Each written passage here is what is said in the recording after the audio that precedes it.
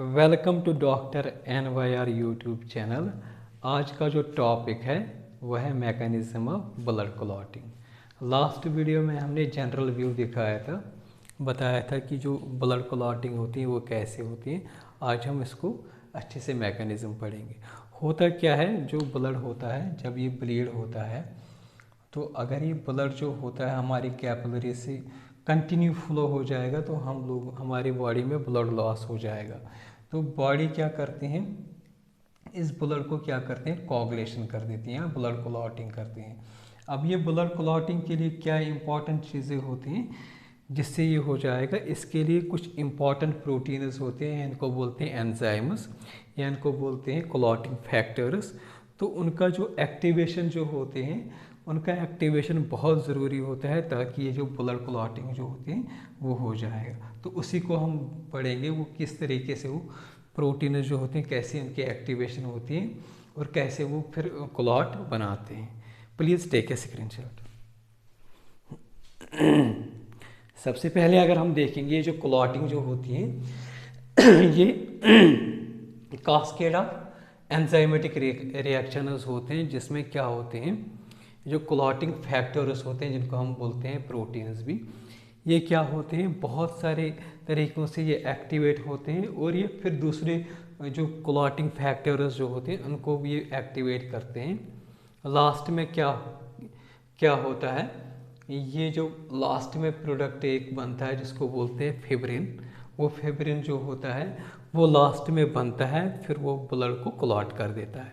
और ये जो फिब्रिन लास्ट में बनता है, इन क्लॉटिंग फैक्टर्स की वजह से वो इंसॉल्युबल प्रोटीन होता है, ठीक है ना। तो इनका जो ये जो पूरी जो चीज़ें होती हैं, ये रिएक्शन जो बनते हैं एक प्रॉपर फिक्स्ड सीक्वेंस में होती हैं। तो इसमें कितनी पाथवेज इन्वॉल्व होती हैं, 3 पाथवेज इन्वॉल्व होते हैं। एक होता है एक्सट्रिंसिक पाथवे, दूसरा होता है इंट्रिंसिक पाथवे और लास्ट वाला जो होता है वो होता है कॉमन पाथवे। तो हम स्टार्ट करेंगे एक्सट्रिंसिक पाथवे से। तो ये इसलिए मतलब ये जो एक्सट्रिंसिक का मतलब क्या होता है, यहाँ पे मतलब एक्सटर्नली ये हो जाती है। यहाँ पे मैंने इसको दिखाया एक्सट्रिंसिक पाथवे।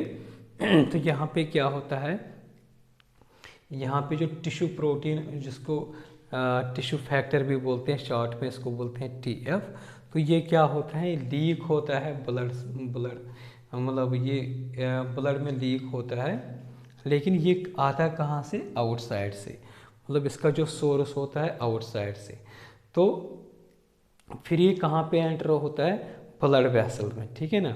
मतलब यहाँ पे अगर एक टिश्यू है, ये ब्लड, ये यहाँ पे टिश्यू है तो इसमें ट्रोमा हो जाएगा, तो ये इसमें क्या हो जाएगा, यहाँ से टिश्यू फैक्टर बन जाएगा। तो ये बाहरी मतलब बाहर एक्सटर्नली ये बना है ना, तो ये फिर कहाँ पे चला जाएगा, एक ब्लड वेसल में, ठीक है ना। ये ब्लड वेसल में आएगा तो फिर ये क्या करेगा, ये फॉर्मेशन करेगा किसका, प्रोथ्रोम्बिनीज, ठीक है ना। लेकिन अगर हम देखेंगे ये जो टिश्यू फैक्टर जो होता है, ये होता क्या है, ये एक मिक्सचर होता है लाइपोप्रोटीन और फॉस्फोलिपिड का। तो ये कहाँ से बनता है, जैसे यहाँ पे एक ट्रोमा हो गया ना इस टिश्यू का, तो इसके सरफेस से आता है, जो टिश्यू सरफेस जो होता है इसी के सरफेस से ही आ जाता है। फिर ये क्या करेगा, ये इंटरनलाइज हो जाएगा। तो ये मैंने इस तरीके से देखा, ये अंदर आएगा ना तो एक्सटर्नल से ही अंदर मतलब इनसाइड आ जाएगा। तो इस तरीके से मैंने यहाँ पे देखा है, इस ब्लड में, यहाँ पे इस वेसल में आएगा, ब्लड वेसल में आएगा। तो यहाँ पे क्या करेगा, फिर ये इस प्रोथ्रोम्बिनेज का एक्ट फॉर्मेशन करेगा, ठीक है ना। तो होता क्या है, ये जो मतलब यहाँ पे क्या आएगा, ये टिश्यू फैक्टर बन जाएगा, इसके साथ क्या मिलेगा, कैल्शियम, ठीक है ना, कैल्शियम आयन मिलेगा। तो ये क्या करेगा, एक्टिवेट करेगा क्लॉटिंग फैक्टर X, ठीक है ना, ये 10th वाला जो क्लॉटिंग फैक्टर जो होता है उसको एक्टिवेट करेगा, ठीक है ना। जब ये एक्टिवेट हो जाएगा ना तो यहाँ पे क्या हो जाएगा, ये जो एक्टिवेटेड X जो है ना 10th, ये रोमन, इसमें इसलिए ये जो नंबर दिया गया है इसमें रोमन नंबर में दिया गया है, 10th वाला जो क्लॉटिंग फैक्टर जो होता है, और इनका जो मतलब नंबर दिया गया है ना, ये अकॉर्डिंग टू दियर डिस्कवरीज, ना कि इनका जो एनवायरनमेंट होता है रिएक्शंस में इनका एनवायरनमेंट के हिसाब से नहीं दिया है, बल्कि ये रोमन लेटर्स में इसलिए दिया गया है क्योंकि इनको ये नाम दिया है अकॉर्डिंग टू दियर डिस्कवरी। तो ये जो एक्टिवेटेड क्लॉटिंग फैक्टर 10th जो है ना, ये किसके साथ मिलेगा, ये 5th क्लॉटिंग फैक्टर के साथ मिलेगा, और साथ में क्या हो जाएगा, यहाँ पे कैल्शियम जो आयन जो होता है वो इस 5th जो क्लॉटिंग फैक्टर से कंबाइन होके ये क्या बनाएंगे, प्रोथ्रोम्बिनेज, ठीक है ना। ये प्रोथ्रोम्बिनेज इस तरीके से ये प्रोथ्रोम्बिनेज बन जाता है। तो ये जो प्रोथ्रोम्बिनेज जो होता है, ये इसकी फॉर्मेशन जो होता है ना, इंट्रिंसिक से भी बनता है, मतलब जो हम अभी पढ़ेंगे ना, इंट्रिंसिक पाथवे जो हम पढ़ेंगे वो इस तरीके से होता है। यहाँ पे क्या होता है इंट्रिंसिक में, क्योंकि इंट्रिंसिक क्या होता है, यहाँ पे इंटरनल मतलब जो होता है, यहाँ पे हमने पढ़ा था टिश्यू जो होता है, ये टिश्यू ट्रोमा होता है, यहाँ पे क्या होता है, ब्लड में ट्रोमा हो जाता है। तो यहाँ से क्या होता है, ये डैमेजर प्लेटलेट्स होते हैं, और साथ में क्या होता है, जो एंडोथेलियल सेल्स टिश्यूज़ होते हैं वो भी ब्रेक हो जाते हैं। तो वो क्या करते हैं, वो सेल्स जो होते हैं वो एक्सपोज हो जाते हैं, और यह एक्सपोज किसको हो जाती हैं, कोलेजन फाइबर्स।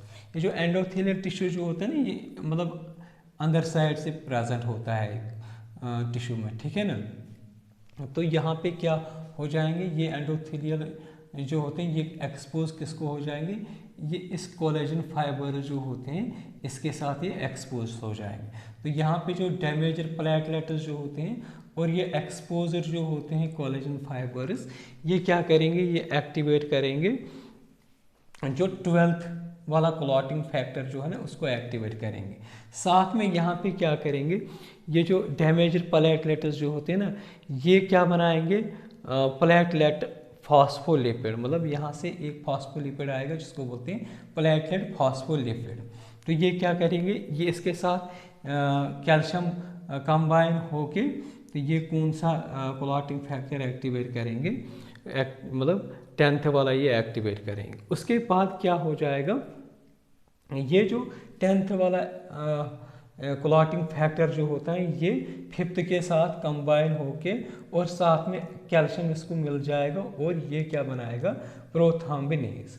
तो इस तरीके से अगर हम देखेंगे, यहाँ पे थोड़ा सा कॉम्प्लिकेटेड होता है इंट्रिंसिक पाथवे में, क्योंकि यहाँ पे क्या होता है, 2 स्टेप्स, मतलब थोड़ा इससे कॉम्प्लिकेटेड होता है। यहाँ पे सीधा बनता है टिश्यू फैक्टर, लेकिन यहाँ पे पहले डैमेजर प्लेटलेट्स होते हैं, तो वो क्या करते हैं, वो दूसरे के साथ क्या होता है, जो एंडोथेलियल सेल्स होते हैं, डैमेजर एंडोथेलियल सेल्स होते हैं, वो किसके साथ एक्सपोज हो जाते हैं, किसके साथ कांटेक्ट में आते हैं, इस कोलेजन फाइबर्स में।